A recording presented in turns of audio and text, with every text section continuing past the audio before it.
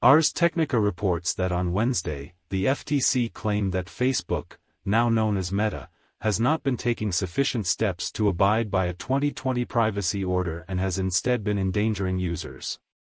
As a result, the Commission is now recommending modifications to the decree that would subject Facebook to stricter regulation and constraints across all of its platforms, including Instagram, WhatsApp, and Oculus. Facebook has repeatedly violated its privacy promises, said Samuel Levine, director of the FTC's Bureau of Consumer Protection, in a press release.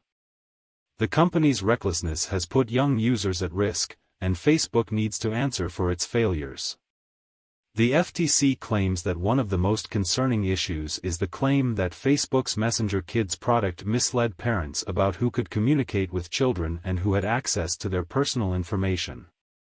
According to the FTC, a Facebook bug allowed children in certain circumstances to communicate with unapproved contacts in group text chats and group video calls, rather than providing sufficient parental controls to stop strange adults from contacting kids.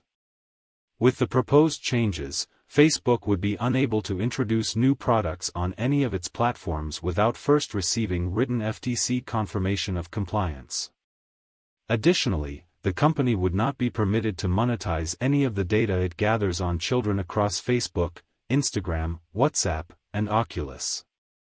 A report from an independent assessor who looked over Facebook's privacy program and found several gaps and weaknesses in it that prompted the FTC to propose changes.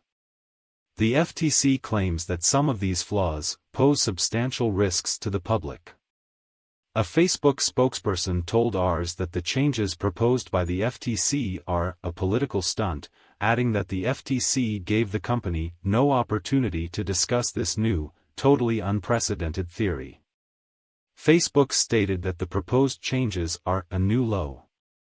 Let's be clear about what the FTC is trying to do: usurp the authority of Congress to set industry-wide standards and instead single out one American company while allowing Chinese companies, like TikTok, to operate without constraint on American soil, a Facebook spokesperson said.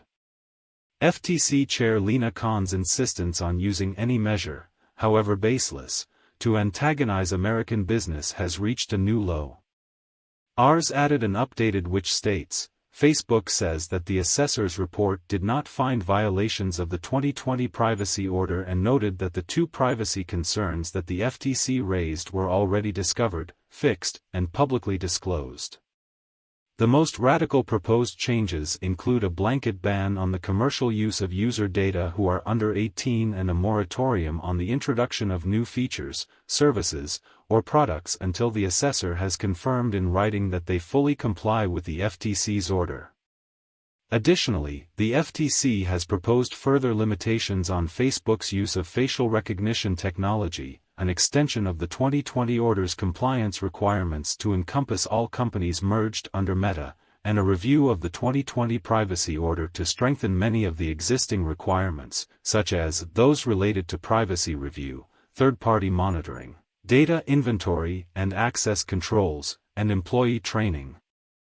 Facebook has 30 days to formally comment on the suggestions. The FTC will then decide if changing the 2020 order is in the public interest or is justified by newly available information or legal precedent. The decision's outcome might have a big impact on how Facebook operates and protects user privacy across all of its platforms.